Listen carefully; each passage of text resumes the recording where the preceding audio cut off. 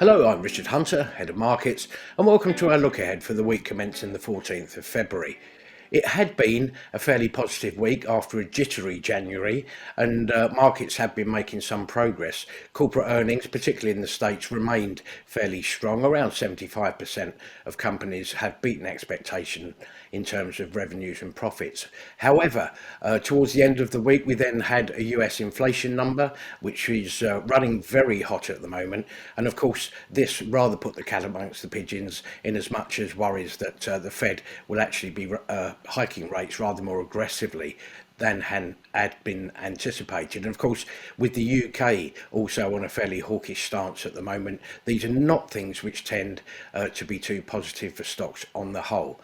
That being said, the overall position is somewhat better than this time last week, although certainly in the States, markets remain in negative territory. In the year to date, the Dow Jones is now down 3%, the S&P 500 down 5.5%, the Nasdaq is down 9.3%.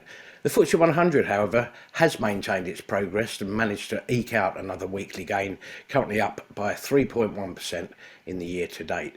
Turning to next week, the real headline is that the UK banks begin their reporting season for full year numbers. Standard Chartered will be kicking us off.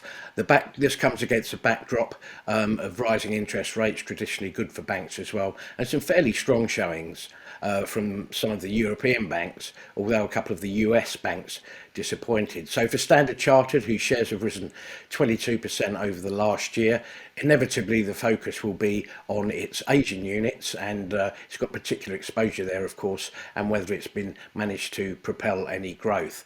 Another overarching theme of the season is also going to be any further credit impairment releases, which we certainly became a feature earlier this year, and also, of course, shareholder returns. So for Standard Chartered, it's really a question of seeing around what's happening in Asia.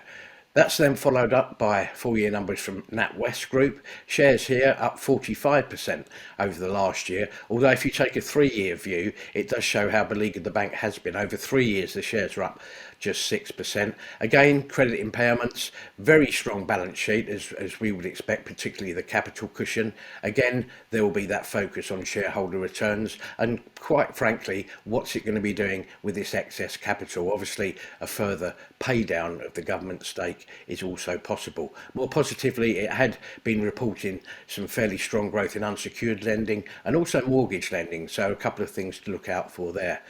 Finally, again, full year numbers, this time from Reckitt Benckiser, whose brands include anything from Dettol to Gaviscon. Shares down around 6% over the last year. It's got its own defensive qualities, so things to look out for here is what sort of cost inflation it's been subject to, and also whether it's been able to pass on price increases to its customers. At the same time, it's undergoing something of a transformation, so a further move towards e-commerce sales can possibly be expected. And being the full year numbers, then strategically there may be some kind of announcement around what has been a speculated sale of its infant nutrition unit.